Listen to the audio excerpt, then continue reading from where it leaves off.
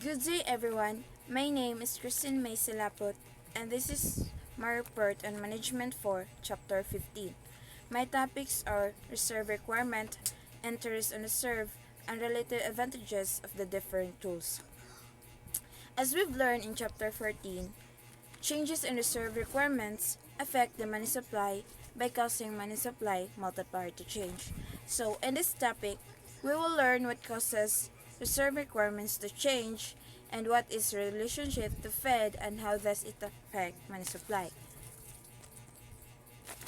Reserve requirements are Federal Reserve rules that require banks and other financial institutions to keep a strict percentage of their deposits on reserve at the Federal Reserve banks, while Fed Reserve System, on the other hand, is the central bank of the U.S. It is a bank for banks that conducts monetary policy to manage inflation, maximize employment, and stabilize interest rate. Reserve requirements is used tool by central bank to increase or decreases the money supply in the economy and influence interest rate. For this example, we will learn what is the relationship of the reserve requirements and Fed. So, Bank XYZ has $20,000 in deposits. The Federal Reserve requirements is 10%, which means that Bank XYZ must keep at least $2,000 in an account at the Federal Reserve Bank and may not use that cash for lending or any other purpose. So, as a means of ensuring the safety of nation's financial institution, the Federal Reserve sets reserve requirements so that banks have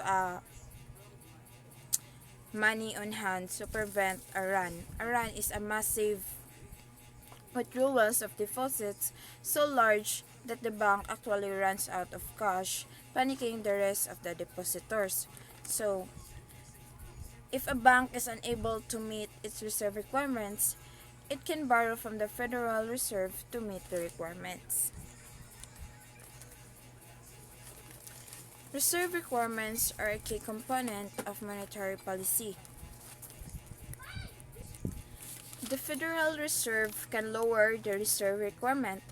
For example, in order to enact expansionary monetary policy and encourage economic growth, the reduction makes banks free to lend more of their deposits to other bank customers and earn interest.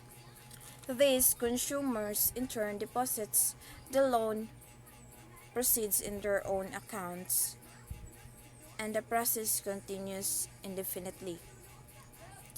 This increase in the supply of available funds lowers the price of those funds, like the lending rate, making debt cheaper and more enticing to borrowers. So when the Federal Reserve decreases the reserve ratio, it lowers. So when Federal Reserve decreases the reserve ratio, it lowers the amount of cash that banks are required to hold in reserves, allowing them to make more loans to consumers and businesses. This increases the nation's money supply and expands the economy. Conversely, by raising the bank's reserve requirements, the Fed is able to decrease the size of the money supply.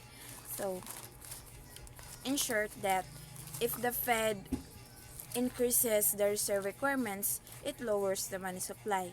And if the Fed decreases the reserve requirements, it increases the money supply. Interest on reserve. It is the rate at which the Federal Reserve banks pay interest on reserve balances, which are balances held by the U.S. at their local reserve banks. Why does the Fed pay interest on reserves? The payment of interest on excess reserves will permit the Federal Reserve to expand its balance sheet as necessary to provide the liquidity necessary to support financial stability while implementing the monetary policy. So when we say interest on reserve, it is the charges to the transactions that we make with the Fed. So interest on reserve is the newest and most frequently used tool given to Fed by Congress after the financial crisis of 2007 to 2009. Interest on reserves is paid on excess reserves held at reserve banks. Remember that the Fed requires banks to hold a percentage of their deposits on reserve. In addition to this, reserve banks often hold extra funds on reserves. The current policy of paying interest on reserves allows the Fed to use interest as a monetary policy tool to influence bank lending. For example, if the FOMC wanted to create a greater incentive for banks to lend their excess reserves, it could lower the interest rate it pays on excess reserves. So banks are more likely to lend money rather than hold it in reserves. So they can make more money creating expansionary policy. In turn, if the FOMC wanted to create an incentive for banks to hold more excess reserves and decrease lending, FOMC could increase the interest rate paid on reserves, which is contractionary policy. In short, this tool of monetary policy will be extensively used when the Fed wants to raise the federal funds rate. So one of the great advantage of IOR is it helps improve the ability of the Fed to hit its funds rate target on a day-to-day basis. So let's get on to my last topic, relative advantages of the different tools.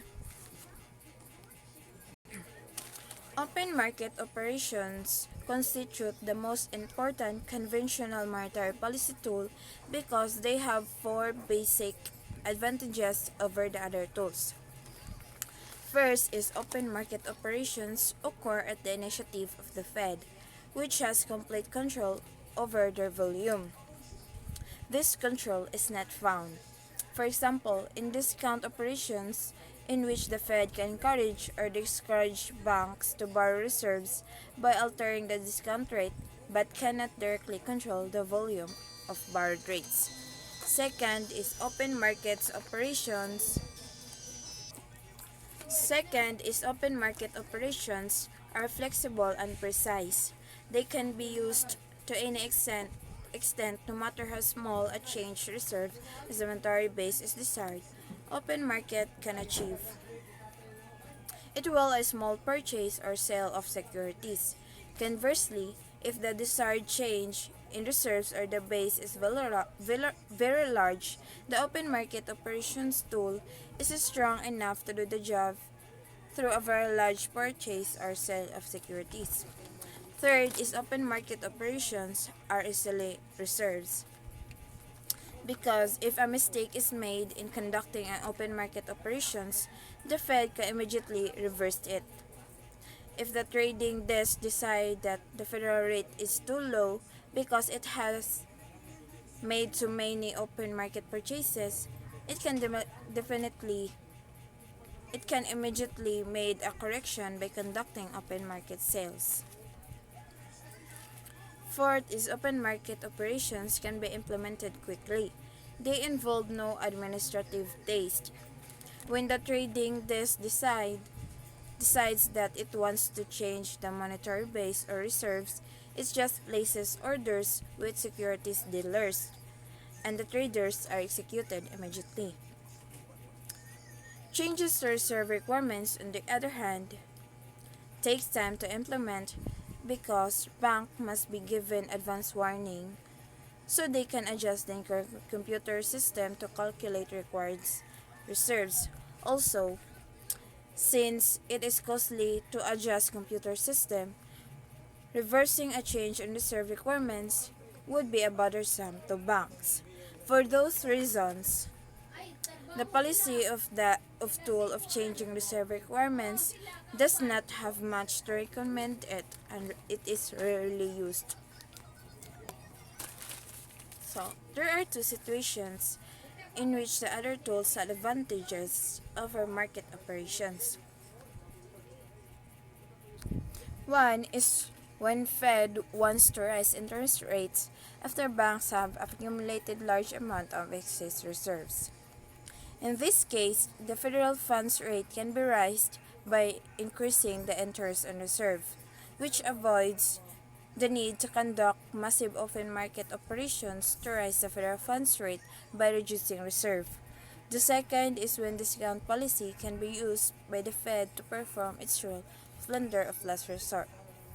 Experiences with the black money crash, with the terrorist attacker on September 1, 2001, and during the global financial crisis, which will be discussed next, indicate that the rule has become the more important in the past couple of decades. So that's all. Thank you.